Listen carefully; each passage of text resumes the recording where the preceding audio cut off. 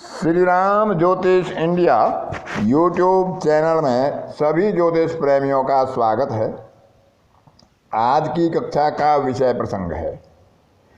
कि गर्भ धारण के लिए कौन सा समय उपयुक्त हो सकता है ताकि संतान स्वस्थ, सुखी और दीर्घायु हो और संतान के जन्म की संभावनाएं पूरी हो जाएं। आज तकनीकी का युग है। आईवीएफ वगैरह के द्वारा भी गर्भाधारण किया जाता है। जब किसी महिला जातिका को गर्भधारण में सामान्य रूप से परेशानियां होती हैं तो वह कृत्रिम रूप से जो आईवीएफ तकनीक आई है उसका उपयोग करते हैं, लेकिन उसका भी जो फल आया है, जो परिणाम आता है, वो 35 से 40% सफल पाया जाता है। 60% के लगभग उसमें भी असफलता मिलती है। तो इसके लिए बड़ा ही ज़रूरी हो जाता है, क्योंकि बहुत ही महंगा इलाज पड़ता है। लाखों रुपए का खर्च करने के बाद आईवीएफ होता है और वह विफल हो जाता है तो स्वाभाविक निराशा मन में जन्म लेती है। इसलिए हमें एक ऐसा उपक्रम या एक ऐसी सहायता चाहिए कि हम किस समय पर गर्भ धारण कराएं ताकि वह गर्भ स्थिर हो, उसके बाद संतान का जन्म हो और संतान भी दीर्घायु हो, स्वस्थ रहे और सुखी जीवन व्यतीत करने वाला हो। तो आज की कक्षा में इसी बात पर विचार करेंगे। उपचय और अनुपचय दो प्रकार के भाव होते हैं। तीसरा, छठवां,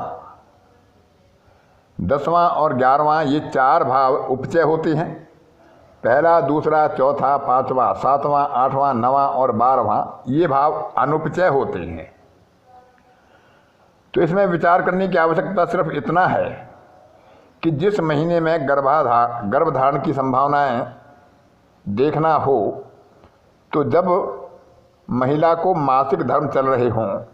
इसमें आवश्यक नहीं है कि हम केवल प्रारंभ का दिन लेंगे। जितने दिन मासिक धर्म चलता है उस कालखंड में चंद्रमा यदि उसके चंद्र कुंडली में या जन्म कुंडली में अनुपचय भाव में, यानी पहले, दूसरे, चौथे, 5वें, 7वें, 8वें, 9वें और 12वें स्थान में गोचर कर रहा हो और उस समय पर मंगल की दृष्टि उस पर पड़ रही हो, तो उस महीने में गर्भ धारण करने की संभावनाएं रहती हैं। यदि ऐसी स्थिति नहीं बनती है तो उस माह में प्रयास करने के बाद भी गर्भ धारण करने की संभावनाएं क्षीण होती हैं,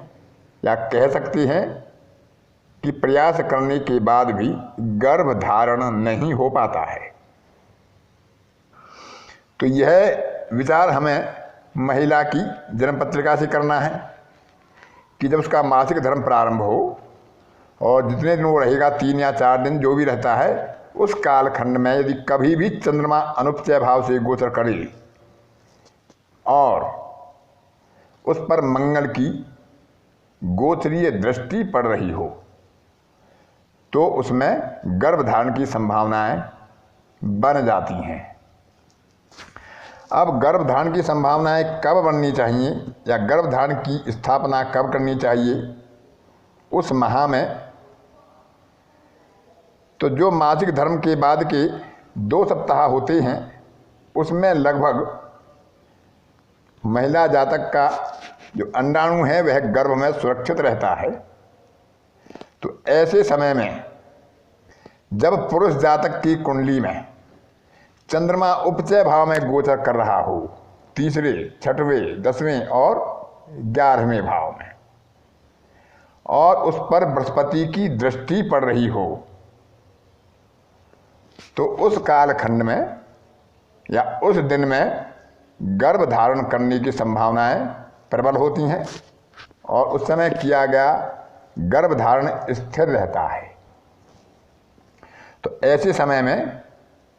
एक शुद्ध लग्न जब लग्नेश बलवान हो, लगन बलवान हो, लगन पर शुभ ग्रहों का प्रभाव हो और चंद्रमा भी शुभ ग्रहों के युति या दृष्टि में हो, पाप ग्रहों के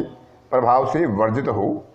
और जो लगन से पंचम भाव है, तात्कालिक जो लगन बनती है गर्भधारण की, उससे पंचम भाव भी शुद्ध हो, पंचमेश बलवान हो, इस तरह का विचार किया जा सकता है। इसमें भी कुछ जो पर्व काल होते हैं उनको बचाना बहुत आवश्यक है। जैसे एकादशी है, अमावस्या है,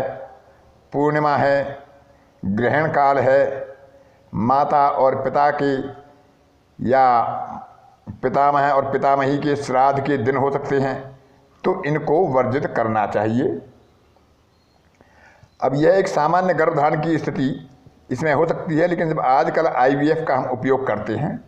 तो हम उसमें भी इसका उपयोग कर सकते हैं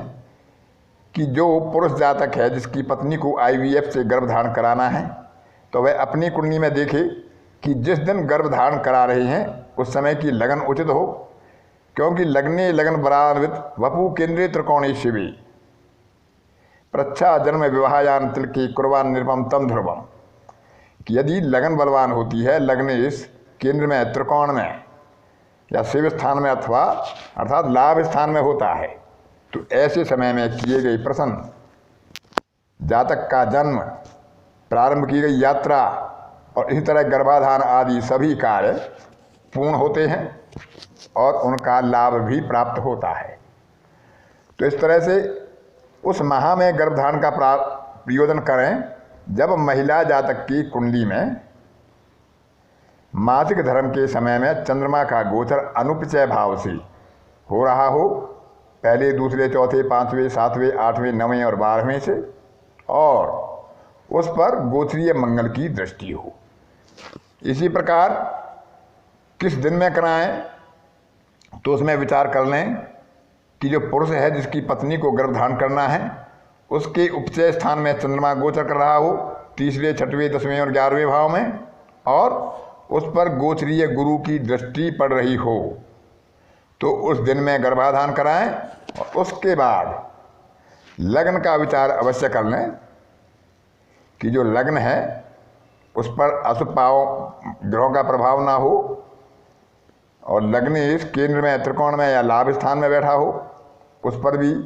पाप ग्रहों का न्यूनतम प्रभाव हो, शुभ ग्रहों का प्रभाव अधिक हो, चंद्रमा भी उस दिन शुभ स्थिति में हो, उस पर भी पाप ग्रहों की युति या दृष्टि ना हो, ग्रहण काल, अमावस्या, पूर्णिमा और अपने पूर्वजों के श्राद्ध दिन और एकादशी का त्याग करके और शुद्ध लगन के समय में जहाँ पंचमेश भी बलवान हो, लग्नेश भी बलवान हो, चंद्रमा भी शुभ स्थिति में हो, तो ऐसे समय में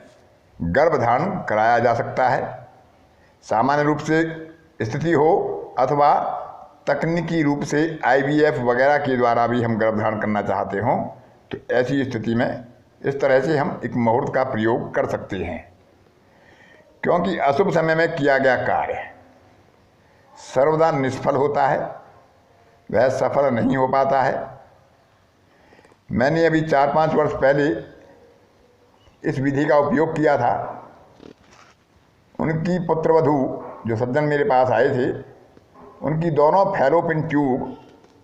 ब्लॉक हो चुकी थी और उन्हें संतान नहीं थी। तो उन्होंने IVF का सहारा लिया और उनका IVF 1.5 लाख के करीब खर्च करने के बाद 15 दिन बाद निष्फल हो गया। वह मुझसे मिले, मुझसे एक उचित समय पूछा, तो मैंने उनकी पुत्रवधू और पुत्र के जन्म कुंडलियों के आधार पर उन्हें कुछ समय निर्धारित करके दिए कि इन तारीखों में, इन दिनांकों में आप IVF के द्वारा गर्भधारण कराएंगे तो आपको सफलता मिलने की प्रबल संभावनाएं होंगी। और ईश्वर की कृपा देखिए कि उन्होंने उसी समय पर पुनः गर्भधारण कराया IVF के द्वारा, और फरवरी में वह समय था और नवंबर के महीने के अंत में उन्हें पौत्र रत्न की प्राप्ति हुई। फिर उन्होंने पूरे गांव को भोज कराया अपनी प्रसन्नता में, अपनी खुशी में। तो इस प्रकार से हम एक शुभ समय का निर्धारण गर्भधारण के लिए कर सकते हैं और किसी व्यक्ति को संतान संबंधी खुशी प्राप्त करने में, उसका मार्गदर्शन करने में हम सफल हो सकते हैं। हम तो केवल एक माध्यम होंगे, लेकिन ईश्वरीय कृपा से उसे उस संतान का लाभ प्राप्त हो, तो उसके लिए हम ऐसा प्रयोग कर सकते हैं, उपयोग कर सकते हैं और किसी को मार्गदर्शन दे सकते हैं। आज की कक्षा में इतना ही। अन्य किसी कक्षा में फिर किसी नए विषय के साथ आपसे मुलाकात होगी। तब तक के लिए अपनी वाणी को विराम देता हूँ। धन्यवाद।